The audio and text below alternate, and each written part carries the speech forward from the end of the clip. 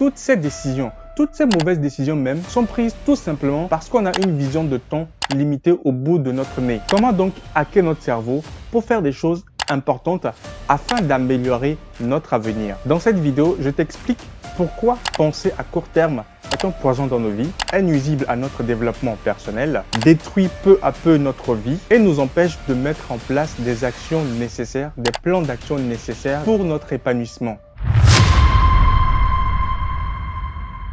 Retiens déjà que penser à court terme nous maintient dans notre zone de confort, alors qu'on sait tous déjà que la zone de confort est complètement incompatible avec l'atteinte de nos objectifs. Si tu ne le savais pas, regarde la vidéo que je te mets ici pour tout savoir sur la zone de confort. Comme je le disais, on est donc dans cette zone de confort et on passe notre temps à faire des activités qui nous procurent un plaisir immédiat dans les prochaines minutes, dans les prochaines heures, au lieu de penser et de faire des choses qui nous feront le plus plaisir dans les prochains mois ou dans les prochaines années. Je prends un exemple parlant.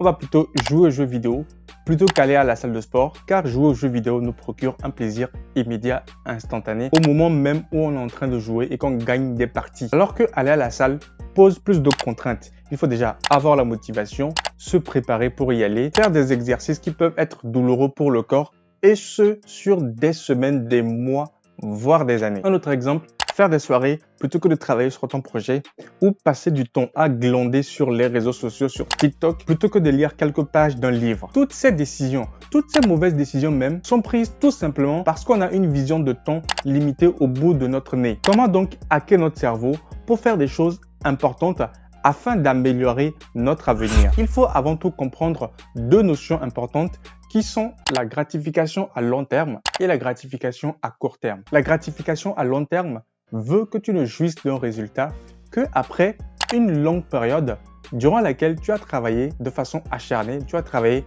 d'arrache-pied avant de pouvoir obtenir ce résultat. Ça peut être que pendant une année, tu révises pour un examen et ce n'est qu'à la fin de ces un an que tu puisses obtenir, que tu puisses jouir des résultats après avoir obtenu ton diplôme, si tu l'obtiens bien sûr. Si tu vas à la salle de sport, tu sais très bien que ce n'est ni au bout d'une ou de deux séances que tu vas pouvoir obtenir le corps dont tu rêves, mais plutôt après des mois, voire des années de travail. Tu vas manger équilibré et sain, mais ce n'est qu'au bout de quelques mois que tu vas pouvoir remarquer un changement physique et un bien-être mental. Et la gratification à court terme, tu l'as compris, c'est tout ce dont je viens de te parler en amont avec des exemples comme jouer aux jeux vidéo, faire des soirées, passer des heures sur les réseaux sociaux à scroller. Et maintenant que tu connais ces deux notions, maintenant que tu les as assimilées, il faut maintenant que tu puisses obliger ton cerveau, que tu puisses habituer ton cerveau, que tu puisses le priver peu à peu des gratifications à court terme au profit des gratifications à long terme. Pour ma part, j'avais un jeu vidéo. Il s'agissait de FIFA 2019 pour ceux qui connaissent. Alors, ce n'était pas sur console, mais c'était sur PC, donc je n'avais que ce jeu-là. Ensuite, je me suis séparé de ce jeu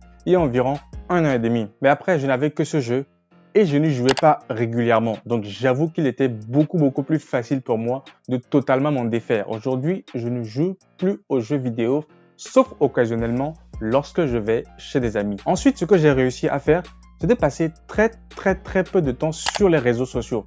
Ceux qui me connaissent personnellement le savent très bien. D'ailleurs, je ferai une vidéo là-dessus, une vidéo dans laquelle je t'expliquerai comment je fais pour passer le moins de temps possible sur les réseaux sociaux, bien que récemment, je me suis créé un compte TikTok dans le but d'étendre mon audience sur YouTube. Et oui, on en est arrivé là.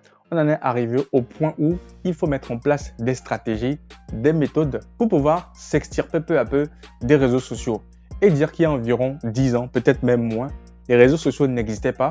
Pourtant, on arrivait quand même à passer du temps à faire autre chose, à faire d'autres activités. On se rend donc à quel point le monde va super vite. C'est la fin de cette vidéo. Si tu as appris quelque chose, n'hésite pas à mettre un pouce vers le haut, ça me ferait énormément plaisir. N'hésite pas également à t'abonner à la chaîne si ce n'est pas encore fait, à la partager dans ton entourage. D'ici la prochaine vidéo, prends soin de toi. Allez, ciao!